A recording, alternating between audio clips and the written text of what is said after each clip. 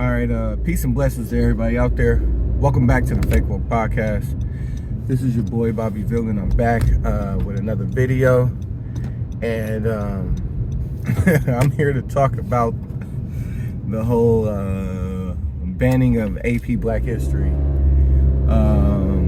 and what I just posted. So I wasn't gonna do a video. I was gonna do a video on this subject because I already spoke about something very similar to this when it came to my video opting out of Black history. And long story short, I think it was in Texas where they was trying to have their children opt out of learning Black history and this, that, and the third, or whatever the case, right? But DeSantis, Ron DeSantis, I think he's the Republican nominee that will be running for president in 2024, 2025, something like that. Okay. And he made it apparent. I posted the video to my story. He made it apparent that when it came to the AP course, advanced placement course, when it comes to Black history, that AP course was trying to implement queer theory into Black history, right? And I already said that why are you relying on your enemy to teach your children about your history? That's the first thing.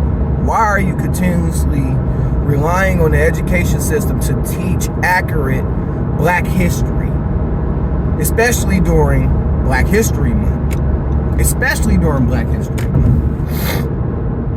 Now, I'm gonna come straight forward and I'm gonna say I do not agree with the fact that they're trying to implement queer theory into Black history, into Black History Month. That's why I posted those screenshots of that coloring book that a child received from their school. 9-year-old child received that from their school, and they're trying to implement queer theory into Black history. Now, a lot of people is going to say, like, why are you continuously talking about this, that, and the third? When it comes to children, I don't agree with the educational system implementing this type of theory into their learning. It's supposed to be about shapes, it's supposed to be about history, it's supposed to be about math, science, so forth, and so on when it comes to children. You need to leave sexual expression and gender fluidity out of the equation when it comes to children. That is a private matter that their parents should be teaching them. Now, I have no gripe against the alphabet community. I honestly don't care what people do behind closed doors. But when it comes to trying to indoctrinate and use their agenda as a means of propaganda and a means of confusion for children, I have a problem with that. You're weaponizing these people's sexuality and using it against other groups. That's what's coming down. That's what the system is doing. It's not particularly those people, the alphabet community, lesbians, gays, whatever the case may be, whatever they choose to identify as. It's not particularly them. It is the system that is weaponizing their sexuality in order to confuse people. That's what's going on, and you could blatantly see it, especially when they're using Black history. Now, if you partake in that, that's your business, that's nobody else's business. You're supposed to respect everybody up under the sun. You're supposed to love all of God's children's, okay? Okay, you're supposed to love everybody, you're supposed to treat everybody with respect, okay? I'm a firm believer in that. But when it comes to weaponizing people's sexuality, using it as an agenda to push, especially on children, that's when I have a problem with it. That's when parents should start speaking out against stuff like this, stuff that I've already, the shit that I've already posted on my story. So when it comes to education, when it comes to history, what does your sexuality have to do with your involvement in history? Why do you have to, or why do they have to emphasize sexuality when it comes to Black history? Why are you bringing up their sexuality? It's supposed to be their contribution to history. Their sexuality have nothing to do with their contribution towards history. Okay? That's my personal opinion on the matter. Okay? Your sexual exploits, what you choose to do behind closed doors, should stay behind closed doors. Nobody cares if you want to cross over to the other side, or if you choose to deal with the same sex when it comes to relationships. That should not matter. Your contribution towards history is the most important thing. So when you sit there and you hand children coloring packets of a woman or man dressed up in women's clothing with a beard or stubble, it's kind of going to draw confusion for that 9-year-old, for that 8-year-old. Because now they got questions, and now now they have questions because you sitting there, you trying to teach gender fluidity and sexuality in elementary school when it shouldn't even be taught in elementary school. You feel me? It should be taught at a later date. And that's a personal matter. That's a personal thing that parents have to do, or parents should choose to do, or choose to teach their children about. You should not rely on the system to teach your children about their gender fluidity and sexuality. You shouldn't rely on the system to teach your kids about your own history. You should be teaching your kids about your history. Okay? I'm a strong believer in that.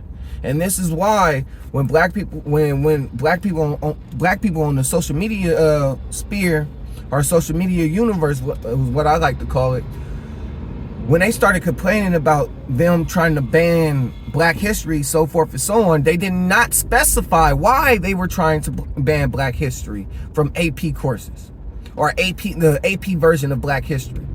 This is exactly what he was talking about, queer theory. They're trying to implement queer theory into Black history. That has nothing to do with history. Your sexuality, again, does not have anything to do with your contributions to history. What did you do in order to liberate Black people from their struggle? Which wasn't much, because Black people were still struggling. But you should get what I'm you should get what I'm saying. You should get what I'm saying right now. They're trying to lead with sex. They're trying to get to the children to cause confusion. The devil leads by confusion. The devil loves using confusion to divide the people. This is another tactic for division. Like, go back, do your due diligence, look into all of the prominent Black movements. How did they separate those Black movements from the community? How did they destroy those Black movements? They infiltrated, and when they infiltrated, they caused division, which was led by confusion. They used their informants to confuse the people that was involved in the movement, and then that's when you got your separation. That's when they was able to break up those movements from the civil rights movement to the Black Panther movement, to fast forward all the way to BLM. And you saw what happened to BLM. BLM turned into the alphabet agenda real quick, from 2015 all the way up to now. Look who was leading the movement. If you remember the original site of the BLM's BLM Network's national site, they completely excluded the male from their movement. It was only women and children. They was trying to destroy the nuclear family. But I've already spoke about that. But this is why I sit there and I tell my people, you should never rely on your enemy to teach your children, because they only gonna cause confusion, and they only gonna teach you a false interpretation of what Black history was. They only want you to remain reliant on the government, because once you start teaching real history, once you stop relying on the government and become more independent, that's when you become dangerous. They want to quarrel. They want to quarrel your movement, stop your movement by causing confusion, by infiltrating your movements. And they've done that time and time and time again to stop the uprising of the Black community, to stop the stabilization of the Black community.